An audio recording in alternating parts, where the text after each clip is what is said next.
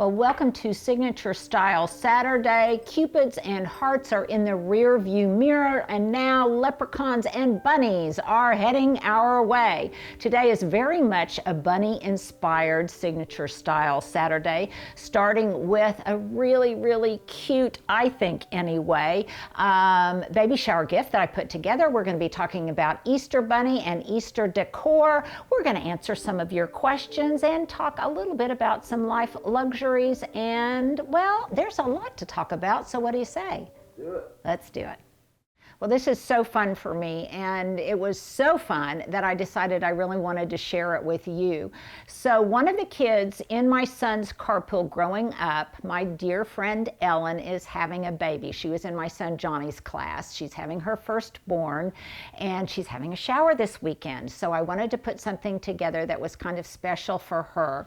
And so enter this sweet little diaper bag ensemble, and the things in it are all color coordinated. I think they're all absolutely adorable, and can I say, so many of these things are ingenious and weren't around when my boys were little. So one by one I thought I would just deconstruct my basket and kind of show you what's inside, because I really do think it's very sweet. Don't know if it's a girl or a boy, so I really tried to keep the colors gender neutral, starting with, oh my gosh, look at this little, this is so cute. This is a little bunny burp pad, and it is hugging this flower. Oops, it's hugging this flower here. It's got its hands wrapped around it, but how cute is that? Is that just so cute? Stuart's laughing, but oh my gosh, if I weren't too old, I'd be popping an egg myself, because this is so cute. Look at these little teething rings. Now, Leah told me that she has gotten these in the past for some of her friends who've had babies. I love this color palette. I like the fact that these are kind of eco-friendly, and again, they kind of match the vibe that I've got going. A couple of rather unusual things that I've put in here, because I'm just remembering back to how it was when I was doing laundry for my babies, and some things that are now available that I think would have been helpful back then. These are dryer balls, and you put these in the dryer to keep things fluffy. You don't have to use any of those fabric softener sheets, and I think they're just fun. I think especially when you've got baby clothes that kind of all stick together, I think they would be really valuable. They come in a cute little bag like this, and so I thought those might be handy. Then these, oh my goodness, I almost wish these came in adult versions.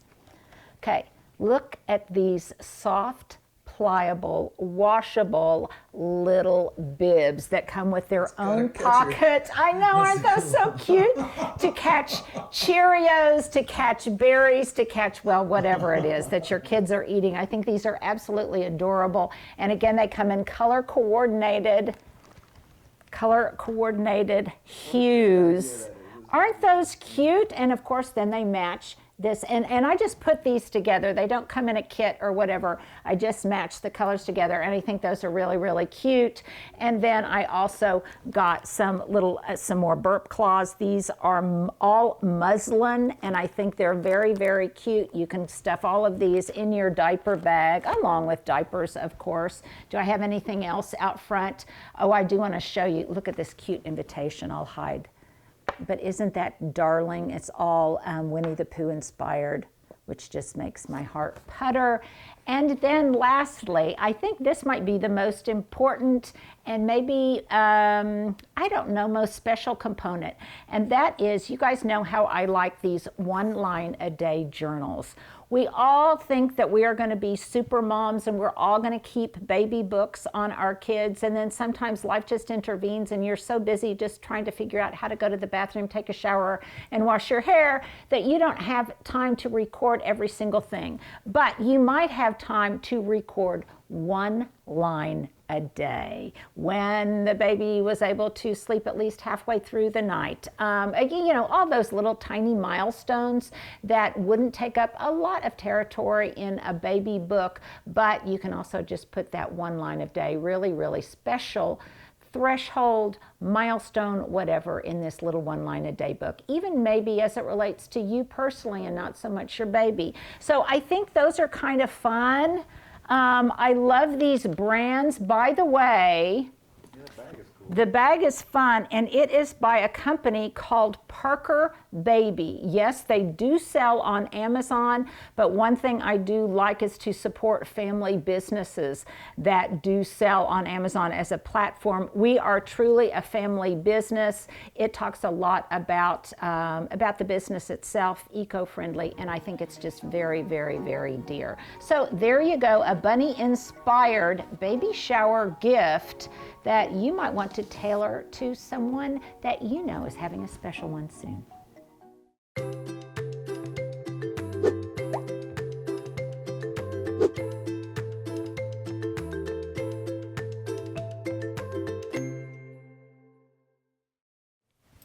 Well, probably one of life's ultimate luxuries is a really good chocolate chip cookie. And I promise you, this recipe from my BFF, Deborah, is the best chocolate chip recipe ever. It's based on an old Betty Crocker 1969-1970 cookbook. I made them the other day, and you guys will attest. They're pretty incredible. You do have to partake sparingly, however, because they are calorie dense and pretty addictive. But the secret to them is my first little life luxury. Deborah told me about this, and it is Maldon flake salt, and you can see just how beautiful and flaky it is. I bought mine off of Amazon. You can probably find it at different places, but the salt is so delicate, and the trick is to just sprinkle it on top of the chocolate chip cookies just before they're baked, and I really think it makes all of the difference. Consequently, I thought it made so much difference in those cookies. What difference could it make in other things that I might make? And so I am now going to have it next to my regular salt and pepper as another, kind of a daily life luxury. Okay, my husband, I've never seen him so happy for me to get something in my life. So for Christmas, I wanted a new pair of tennis shoes. And my son, Jamie, and my daughter-in-law, Taylor, they got me a pair of tennis shoes. And they were great, except that they didn't fit. So they returned them, and they bought me a new pair. And the new pair is one of the most luxurious things in my life right now. And why my husband is so happy is because he has been trying to get me to buy myself a pair of these for a long time. And these are Hoka tennis shoes. He has raved and raved about them. They absolutely are the best tennis shoes, most comfortable I have ever worn. And I just can't speak highly enough of them. We'll put a link below to all of these things. In fact, now that I've got some of my own, you pay attention to these kind of things. And there was an article recently, I think it was in InStyle magazine, they were listed as one of the best kinds of walking shoes. If you're going to take a walking stroll through Europe this year, then they highly recommended them. And I highly recommend them for the walking life, walking in the neighborhood, on your treadmill, wherever. And they're kind of that ugly cute that's so fashionable right now, that kind of clunky, ugly cute, which is good because they are so comfortable. I'll wear them with slacks, I'll wear them with dresses, I'll wear them with whatever when I am engaging in my own walking life. Okay, this is a really fun thing. This is probably something I get so excited about, is when you spy something at a really expensive store and you think of a hack of a way that you can recreate it yourself for half the price. And there are a couple of stores on Broadway near me that I walk to occasionally that are high-end, and they just have just quintessentially really good taste and very beautifully curated inventory. So I saw this and I thought, oh wait, I think I can do this myself. So what am I talking about, you say? I love, love, love this arrangement. for flowers, and they had this composition put together, sold as a set, and it was very, very expensive. And what it is just a square basket on feet with a form-fitting vase, clear glass vase, inserted into the opening. So I thought to myself, wait, I have a vase just like this that I got at a thrift store for pennies, and you can find them all of the time. Almost every time. You can find them tall, you can find them short, it doesn't really matter. But I just love the fact that it elevates this, and I also love the fact that this rattan or bamboo, whatever it is, tray that I found to set this vase in, already coordinated with lots of these different baskets, whatever this specific weave is, that I got when I was in Bali. I have a number of different pieces that match this. So I just searched online, and lo and behold, I took measurements and I was able to find a square one that fit this vase exactly, for a fraction of the price of the composition that I saw in the very high-end store. So that's just an idea of a way that you can kind of reinvent something with something that you already have. This may not flip your switch like it flipped mine, but I absolutely love it, and I also love the fact that it coordinates with things that I already have. So there's just a little trio of life luxuries that I think are really, really nice, practical, not too expensive, but very life-changing.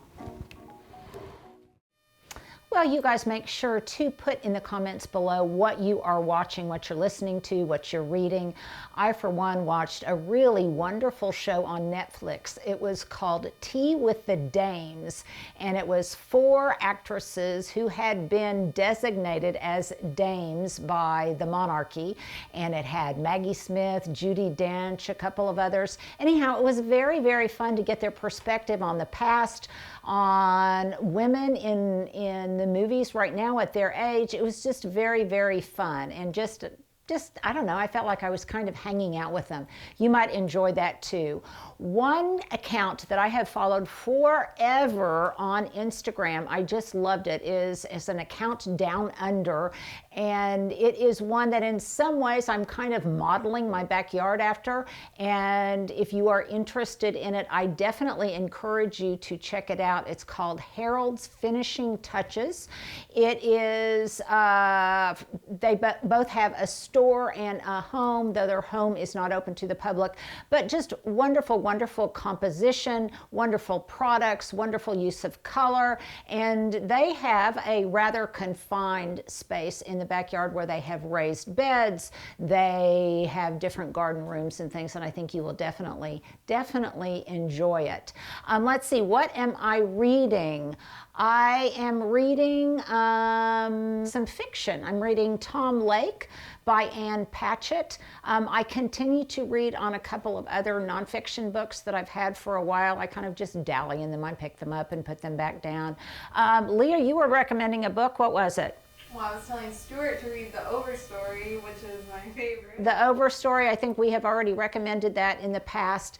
But I, for one, am running out of reading weather, because as soon as it gets to be gardening season, I start concentrating on that kind of thing and not so much on my book list. But definitely, while I still have some weeks left, please give me your recommendations below. Just some things for you guys to check out if you are wanting to pass your time this winter.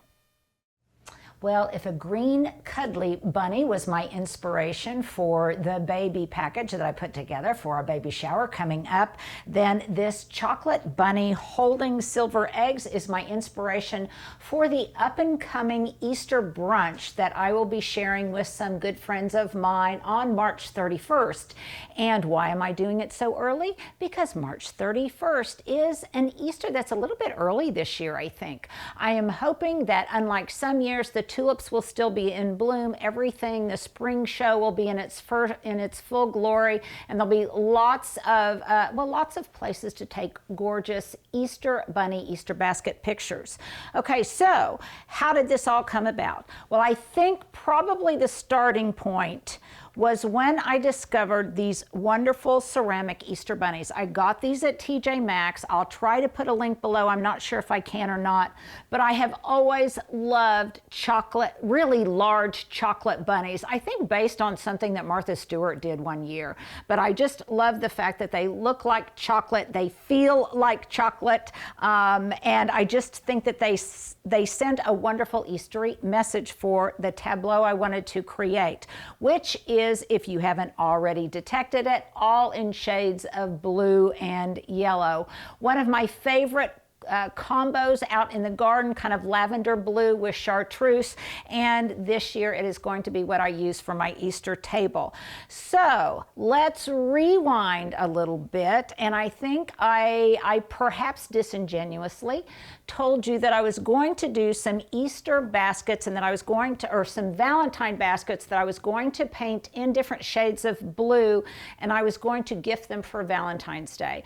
Well, at about that same time, I discovered these little Easter bunnies, and I decided to reserve those baskets for Easter instead of Valentine. Now, as you may recall, Leah helped me spray paint them. We use these two shades of Rust-Oleum. One is wildflower blue and the other was French blue. And those are the colors that we use to spray paint these little baskets that I found at a thrift store. I think they were like 50 cents. I have more of them. And then I also had this gathering basket trug, which was actually a sample they sent me for something that we were working on for a QVC line, and we painted that one. And then one thing led to another, and it became just a blue and yellow set of dominoes. So I'm having so much fun using my new blue spode china. And then I discovered these sweet, sweet little porcelain plates by a company called Brock. It's a small company, and yet I found them online, and I think they are just a wonderful counterpoint to the blue spode. And then, even though I'm kind of tearing up my display here, look at these sweet little ceramic bunnies that are place card holders. Well, I'm just doing it all over. I'm just doing it all over the place. This reminds me of an episode I did on Channel 4 once, where the whole thing capsized right before we went on air. But I think you get the point. So these little porcelain bunnies, I found these they were 99 cents a piece, I think. I found these thrifted, and I think they're absolutely adorable.